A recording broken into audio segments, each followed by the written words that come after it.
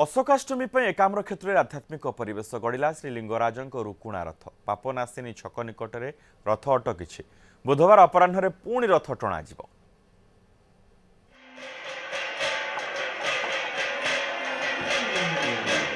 अधा बाटरे अटकी प्रभु श्रीलिंगराज पापनासिनी छक निकट में अटकी महाप्रभु श्रीलिंगराज रुकुणा रथ सूर्यास्त हो बंद रही रथ टणा बुधवार पुणी रथ टणा अध घंटा विलंब नीतिकांत आरंभ होता 1.5 घंटा विलंब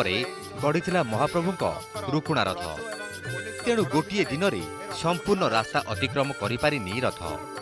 बुधवार रथर नीतिकांति और पूजार्चना पर पुणी द्विप्रहर रथ गढ़ महाप्रभु लिंगराज रामेश्वर मंदिर को विजे करेंगे जहाँ नीति घंटा होता से अनुसार करा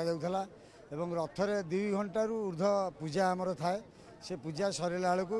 4:50 हो रथ टणा 5 होता बर्तमान रास्ता करे चक दबिजारू रथ बर्तमान बढ़ेवा पूर्व अटकिकी रही आसंता काली 2टा बेलू रथ टणा हे बर्तमान रथरे 2 पर धूप कराव संध्या धूप कराव रथरे लोक दर्शन करेंगे से काली रथ 2टा बेलू टणा हे पवित्र अशोकाष्टमी रे मां रुकुणा और दोलगोविंद को सांगरे नहीं रामेश्वर मंदिर अभिमुखे यात्रा करिसेंती प्रभु लिंगराज सकाळु मंगला आरती अवकाश नीति पर श्रद्धालुओं साहाण मेला दर्शन होता महास्नान बेश सूर्य पूजा द्वारपाल पूजा सामयिक भाव दर्शन बंद रखा ए समस्त नीति पर श्रीजीव वल्लभ भुवनेश्वरी वल्लभ और महाप्रभु सकाळ रूप नीति संपन्न होता